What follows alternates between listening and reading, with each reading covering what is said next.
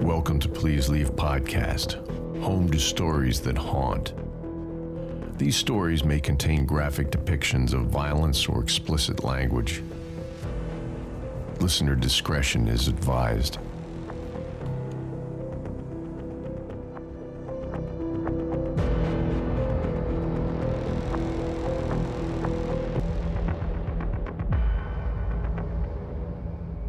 There's a universal quality to childhood fears. We all somehow fear the same things, from every part of the world, in every bed at night. We lie awake, staring at slightly different patterns and slightly different ceilings, and the same terror hums inside of us, threatening the shiny lies the daytime tells us, confirming that we are unloved, unsafe, and unwelcome, no matter our circumstance. They remain unseen and unheard, held at bay by whispered mantras, blanket fortresses, and unspoken pacts between children in the supernatural realm for the fear to remain hypothetical. And then at 11 p.m. on Friday night, when I was 8 years old, my boogeyman broke all the rules. Somehow my dad had gotten a hold of the brightest flashlight legally allowed, and let me tell you, when I say it was the brightest flashlight legally allowed, I wonder who set that bar, because that thing could shoot into space. It should have been illegal, it was so bright. Being an 8-year-old boy, it was, of course, the coolest thing I'd ever seen, and I became completely preoccupied with playing with it. And, considering it could very easily blind me, my father refused to let me touch it without his supervision. And so, I did what every 8-year-old boy would do, and hatched a plan to sneak out with the flashlight when everyone was asleep, so I could have unlimited unsupervised time to play with it. One truth about 8-year-old boys: when presented with something loud, bright, or dangerous, they will do anything in their power to get closer to that thing, determined to bend it to their underdeveloped will. And for me that summer, that thing was that flashlight. I was responsible enough as a child that I knew I couldn't carry out my plan on a school night, because it would mean that I wouldn't get enough sleep. So I waited in agonizing anticipation of Friday night at 11 p.m., when my family would be fast asleep, and I could be reunited with the object of my desire. I gently lowered myself out of the bed, sneaked past my older brother, who was openly snoring on his side of the room, and maneuvered past my parents' room and through the house, without stepping on any of the creaky floorboards, which I'd memorized over the years. Another universal truth is that we all subconsciously memorized all the sounds, tricks, and quirks that were specific to our homes.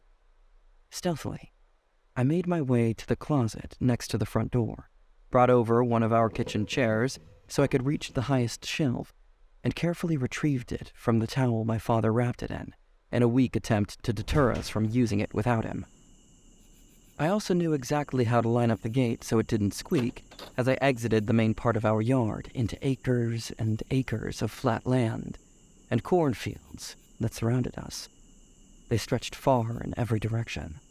I walked to the point on our property that was the furthest away from our house and pulled the flashlight out from under my arm and cradled it in my hands like the precious treasure it was.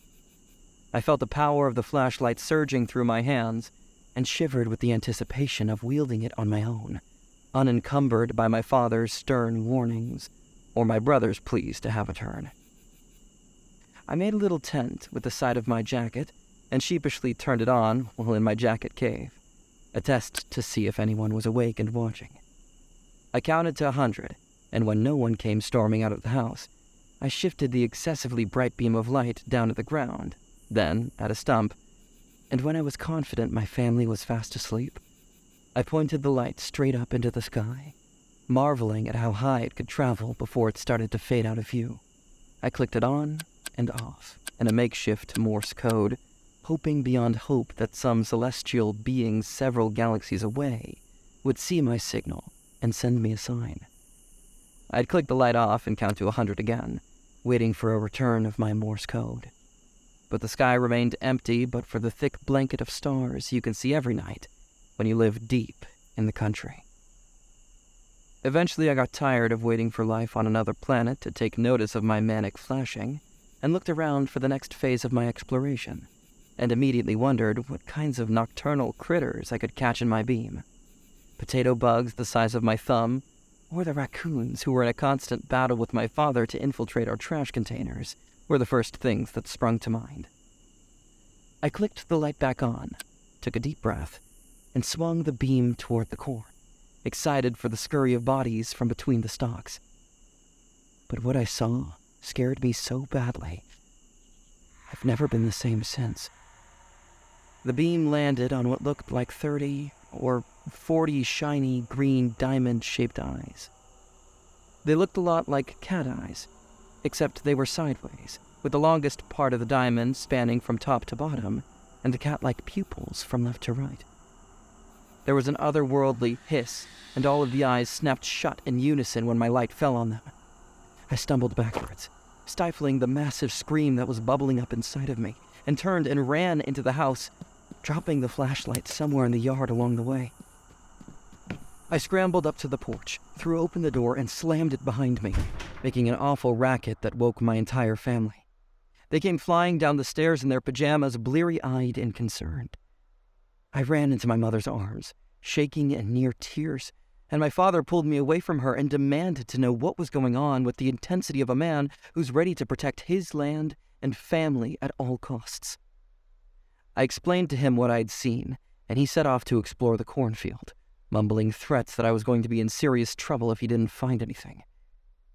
He was gone for about 15 minutes, during which time my mother was able to calm me down enough to face my father when he came back. Yet another universal truth. Children can guess how long they're about to be grounded for just by looking at their parents' face.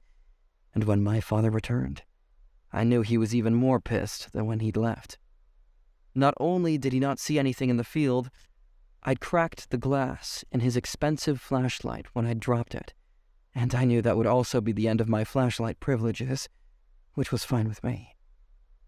Something inside of me shifted when I saw that row of eyes watching me from the corn, and I knew it would be a very long time before I went outside at night by myself again, if ever.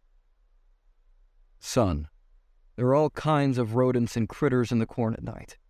You need to grow up, and if you ever wake me and your mother up like that again, I'm gonna tan your hide too. Come on, Jane, he said, and my parents vanished upstairs, leaving me shaking in the kitchen, wondering what I'd seen and how much closer they had gotten to the house, followed by wondering how big they were, and if they could climb or open windows or break windows, and what it all meant for me and the safety of my family. I turned to my brother to try to recruit him as an ally. Jake, you have to believe me. There's something in the corn, and it's not just raccoons. I swear to God, I said, and held up my hand in a Boy Scout salute. You're such a baby, he said with disgust. You've watched too many alien movies, and the next thing you know, thunderstorms are going to make you cry. Grow up. And with that, he was gone too. My brother's words stung, but I knew he was right. I was a baby. I was 8 years old, but I was a very scared and sensitive 8-year-old, despite my constant attempts to be more tough and brave. I wanted to be more like the fearless, scrappy kids I went to school with, but I was a thinker, and thinking makes you aware, and awareness makes you naturally scared. Seeing those eyes in the corn showed me that I had a reason to be scared, a real, present, threatening, and terrifying reason, and as I fully processed what had just happened, a new type of dread descended on my young heart and mind. I was in trouble. We all were. And I had no idea what to do about it. My whole family could be massacred by those monsters at any moment. Maybe the whole world would be in peril. And I was the only one who knew. Up to that point, I had been anxious and sort of a shy child, but the horrible realization that the threats I'd seen in movies and books were real and waiting just outside my house to do who knows what turned me into a dark and very troubled child, almost instantly. I stole the steak knife from the counter and stayed up all night, keeping watch out of our front windows for those green sideways eyes to emerge from the corn and make their way toward our house in battle formation, ready to dominate the human race, starting with my family. I dozed off a few times, but would snap awake in a panic and scan the darkness for the brood. But they stayed put that night, and I finally allowed myself to go to bed when the sun came up, convinced they would save their attack for the cover of night, like they always did in the scary comics I'd read. This continued for weeks, and after a month and a half of keeping vigil, I was a disaster. I'd lost weight, and my eyes were ringed in dark lines from lack of sleep, turning me into a ghoulish rendition of the bright-eyed Midwestern kid I'd been before. My mom begged my father to let her take me to a doctor, but my father refused, insisting I needed to suck it up and be a man, along with a slew of other unhelpful old-fashioned ideas about how boys should be raised. So I fell deeper into my darkness, propelled by the persistent fear that the eyes were always watching and biding their time for their eventual attack. Eventually, I got too tired to care enough to stay up, and resigned myself that one night I would fall asleep and be ripped to shreds in my bed by an army of corn monsters, which caused me to sink into an even deeper depth of depression and existential dread. A year passed without any sign of the creatures, but my dread never lifted. If anything, the shock and horror of the threat lurking outside my front door also revealed to me just how selfish and unhelpful my parents and most of the adults around me were. I realized that they were generally only interested in things that would make their lives easier, and a stressed out and fearful child was a direct threat to those things, and so I finally truly saw myself through their eyes. They tolerated me, but just barely, and it became suddenly and painfully clear that I was more or less on my own.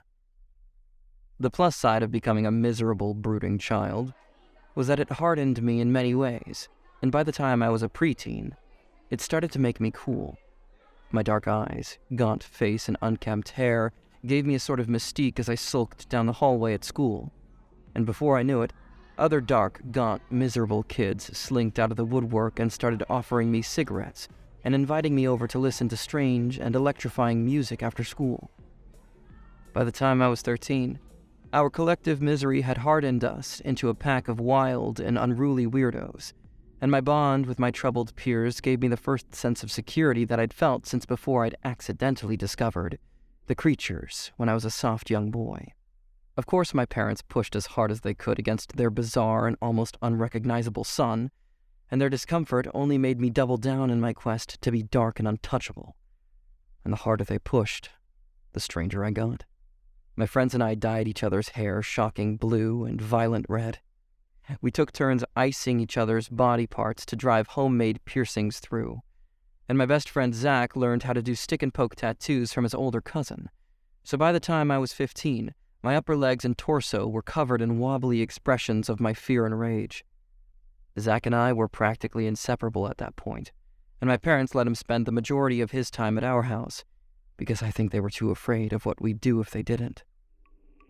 While my parents were selfish and preoccupied, they were generally decent parents, and their biggest sin was ignoring the needs of their children.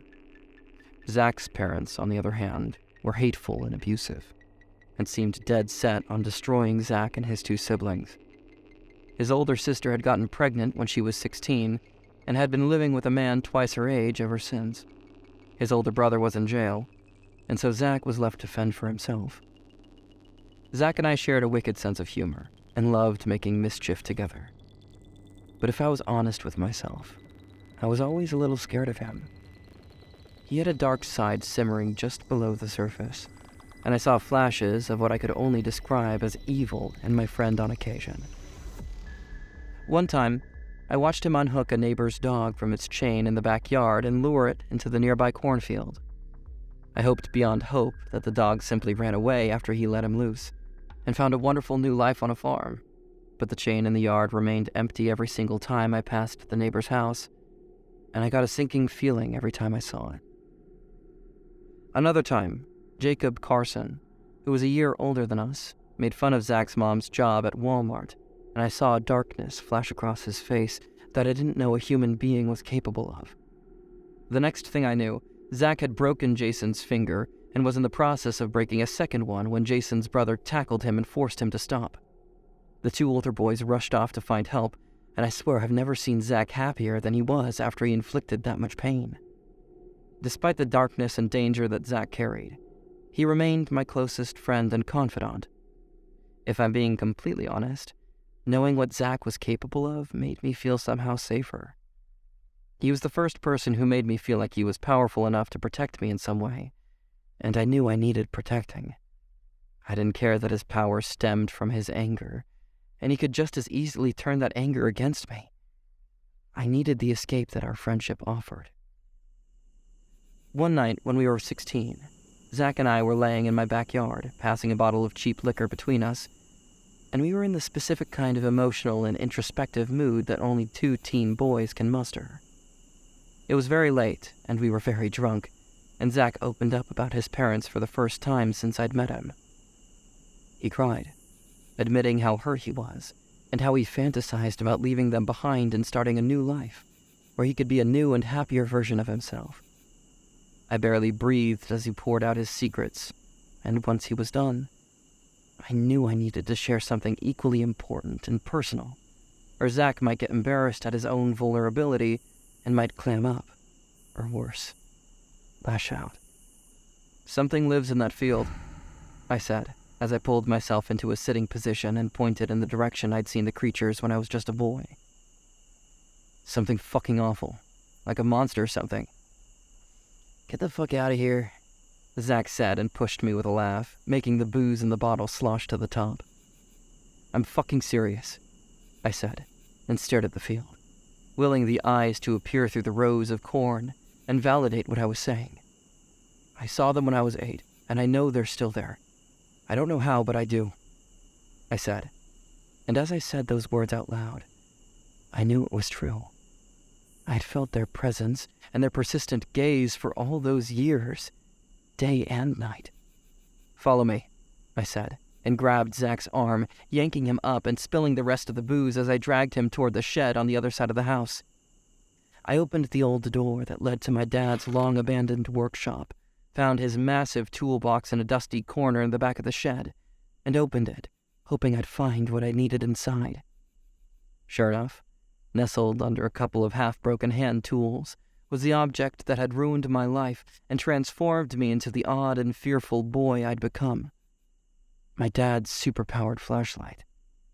I chuckled a little, thinking back to how cool I'd thought it was at the time, and grabbed it from the box, praying it still worked. I found a couple of batteries in another part of the shed, popped them in the flashlight, and sighed a huge sigh of relief when it turned on. "What the fuck, man?" Zach said, and shielded his eyes as I inadvertently blinded him by pointing it in his direction. "Shh," I hissed, and clicked the light back off. "I want to show you those things, but I think we'll need to sneak up on them." Zach nodded solemnly, and I could suddenly see what he must have been like as a little boy. His earnestness and excitement almost broke my heart, and I shook it off as I remembered that I was about to confront the creatures that had been tormenting me my entire life, so I needed to focus. I gestured toward the front door of the shed, and then toward the cornfield, like we were in some gothic teen version of the Marines. Then Zach nodded again and followed me back out and slowly toward the field. When we were about 20 feet away, I motioned for Zach to stop, then swung the flashlight in the direction of the field and took a deep breath. I fought the urge to close my eyes as my finger depressed the switch on the shaft of the light, and with an audible click, the light was on, and an amazingly bright beam cut across the rest of the yard and into the rows of softly waving corn. And there they were. Several dozen shining, awful sideways eyes from some other world or other plane of existence staring back at me while that equally horrible hissing sound rang out through the rows. And just as quickly as I revealed the eyes, they slammed closed and the hissing stopped, leaving just an overly bright beam of light, shining into the endless lines of withering crops. I shut off the light and dropped it, then bent over and dropped my hands to my knees to steady myself. "Dude, what the fuck?" Zach said with his hands in his hair, and a crazed expression on his face that was somewhere between terrified and exhilarated. "I told you," I said, suddenly breathless and fighting back nausea. The feeling of terror I'd felt as a child came rushing back, but I was also oddly relieved that it hadn't been a dream all along. I felt like I might pass out, but was able to take several deep breaths as it passed and turned to my friend to help me decide what to do now that my secret had been revealed. "So now what?" I asked, completely at a loss for words. "We kill those fucking freaks," Zach said and turned to face me, his eyes shining with a sort of gleeful purpose. He rushed into the corn before I could stop him, and I saw the tassels at the top moving across as he ran to the spot where we'd seen them. He emerged a couple of seconds later, still wild-eyed and more excited than I'd ever seen him before. "They're not there," he said and sat down next to me, his wheels clearly spinning inside of his head. "But we'll get him." I flopped down next to him, my body grateful to be in a more relaxed state, and kept listening. "Yeah, man. I need to make a plan, but they'll be dead by the end of the month."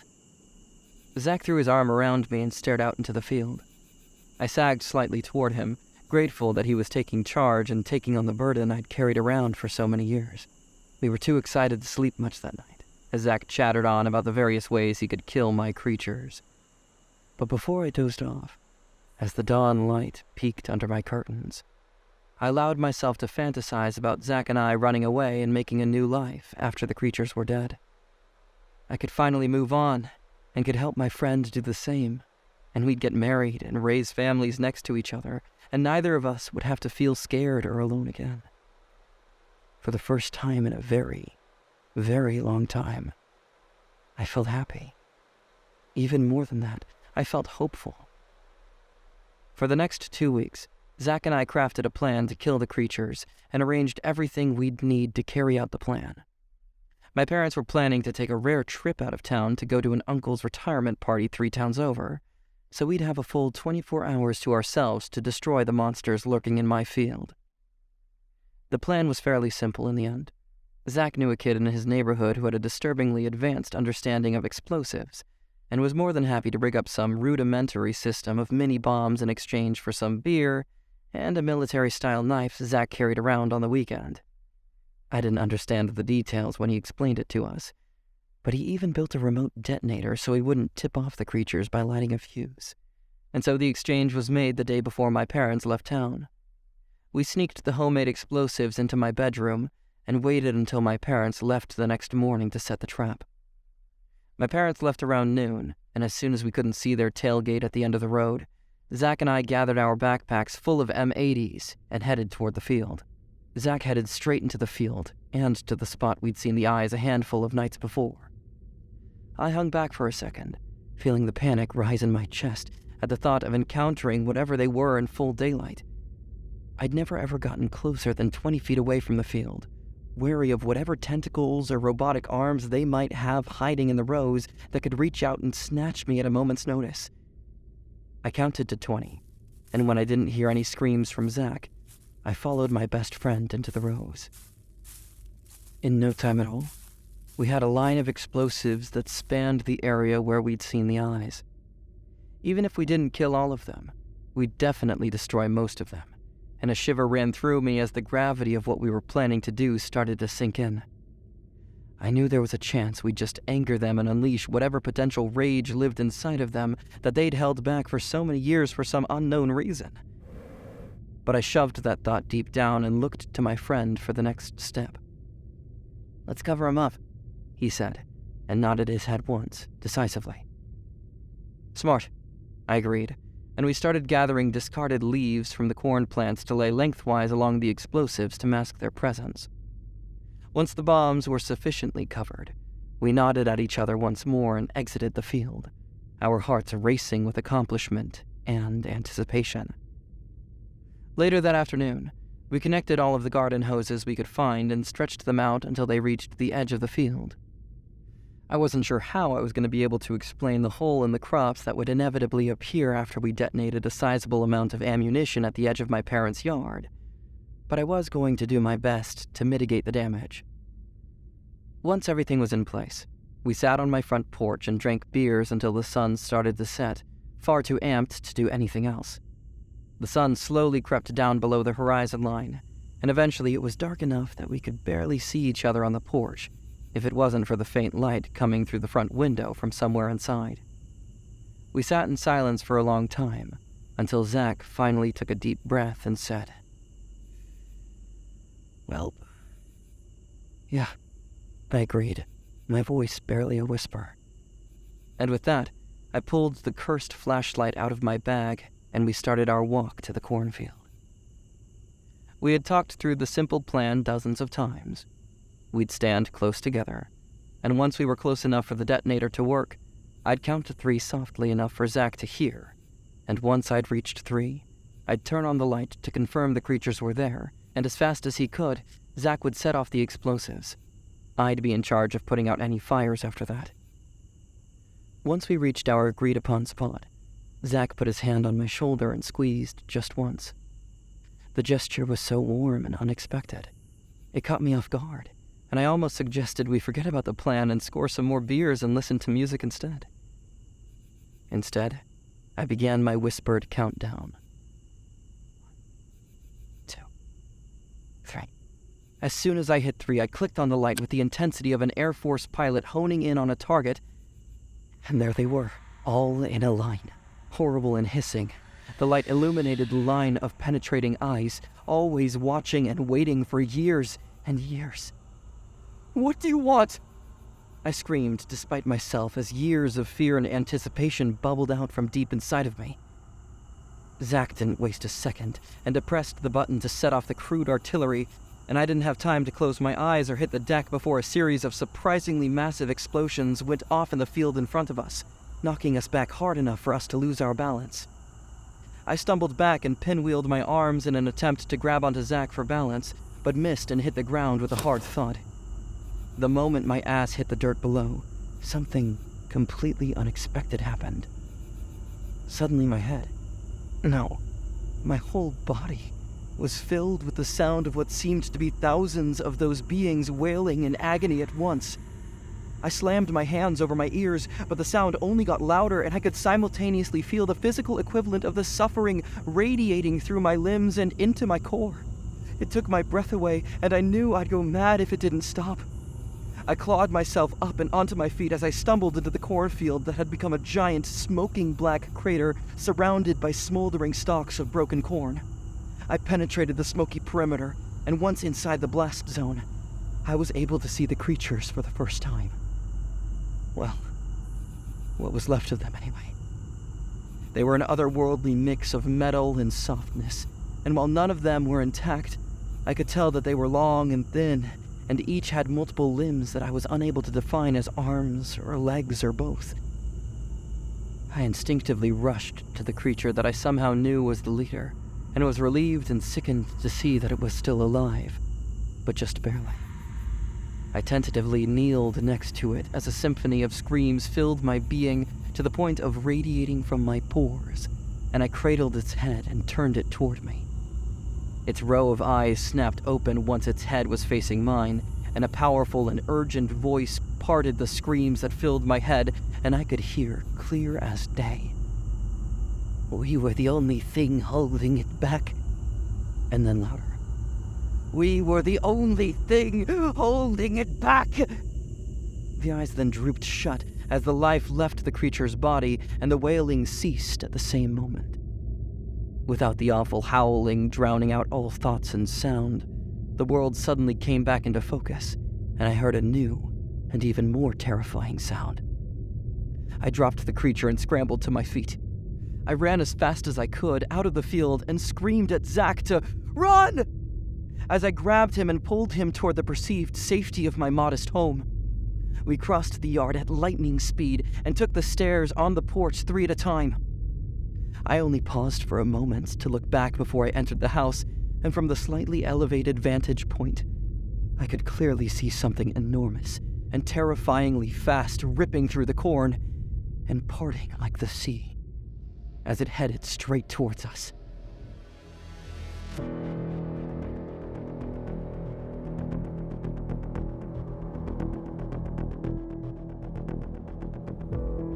This story was written by James Strayer and narrated by Kieran Regan. Our Patreon is officially live, so for more stories that haunt, as well as a behind-the-scenes look at what we do and why we do it, you can join at patreon.com/PleaseLeavePod. You can follow Please Leave on Facebook and Instagram at Please Leave Pod. Our email is pleaseleavepod@gmail.com, and our website is pleaseleavepod.com. This has been a Two Penguins Media production.